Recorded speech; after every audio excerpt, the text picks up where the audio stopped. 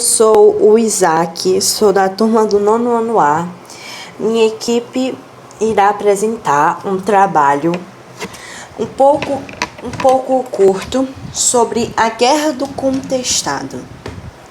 Nós dividimos o trabalho em alguns pontos legais de serem destacados e explicados para vocês. E cada um vai falar uma parte. Eu vou falar sobre o que foi a Guerra do Contestado e sobre os primeiros confrontos que ocorreram.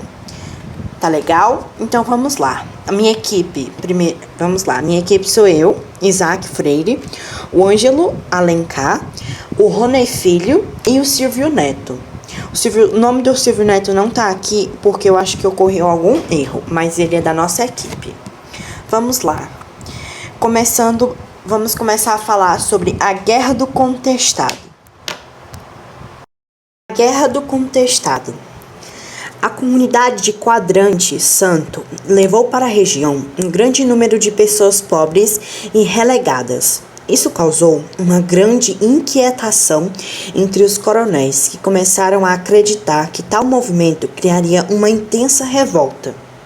A situação se alarmou por causa dos ideais monarquistas da comunidade.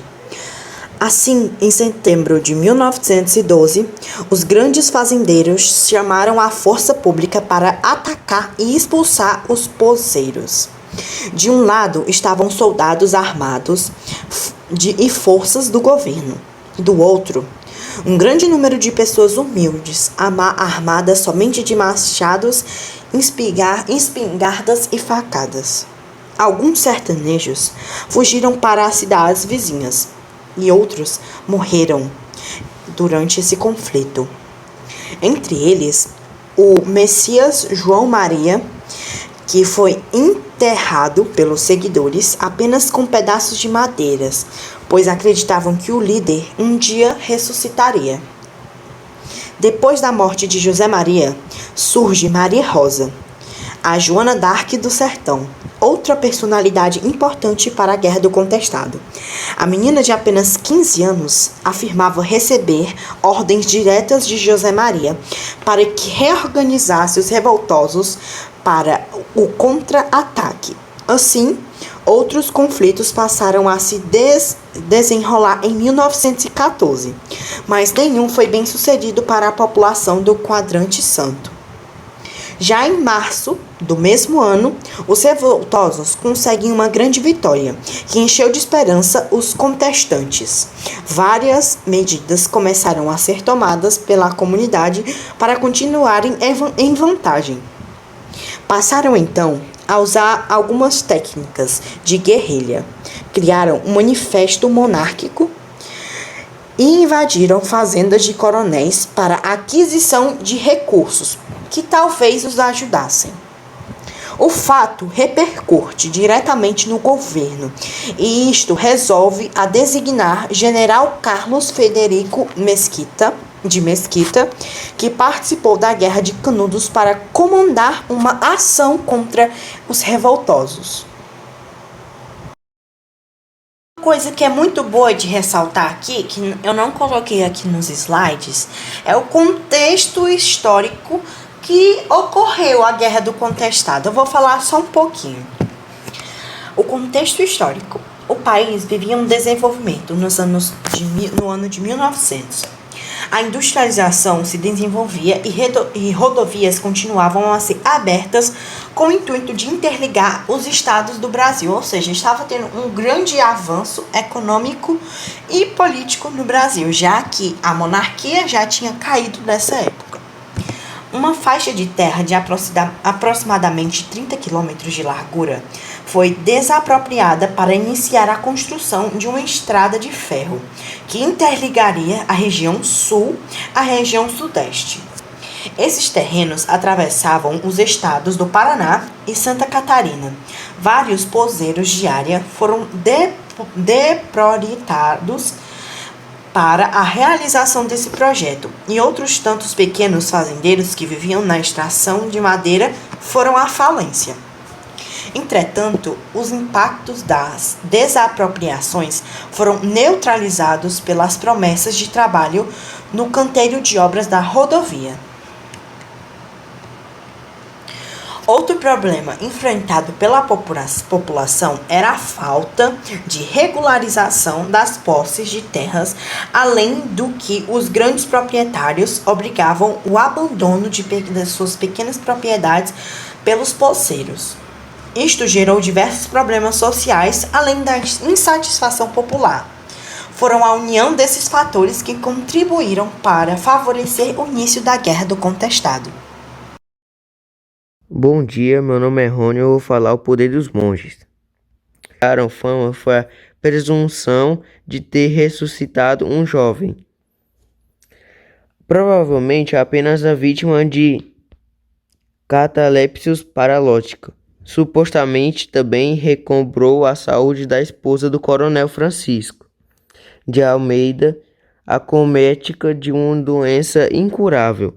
Com este episódio, o monge ganha ainda mais fama e credibilidade ao rejeitar terras e uma grande quantidade de ouro que o coronel agradecido lhe queria oferecer.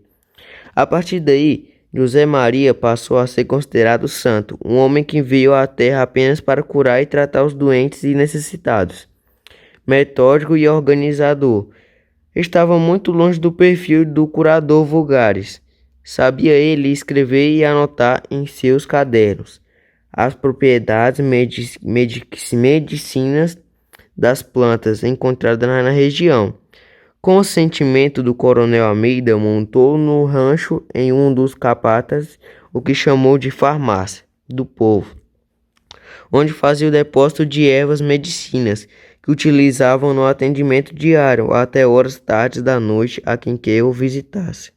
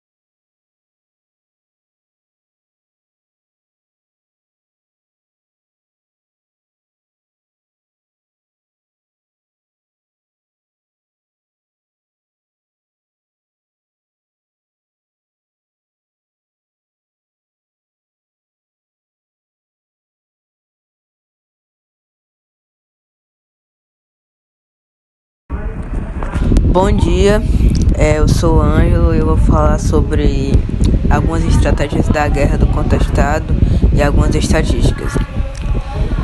Como estatística, a Guerra do Contestado durou mais tempo do que a Guerra de Canudos, que foi outro conflito semelhante em território brasileiro.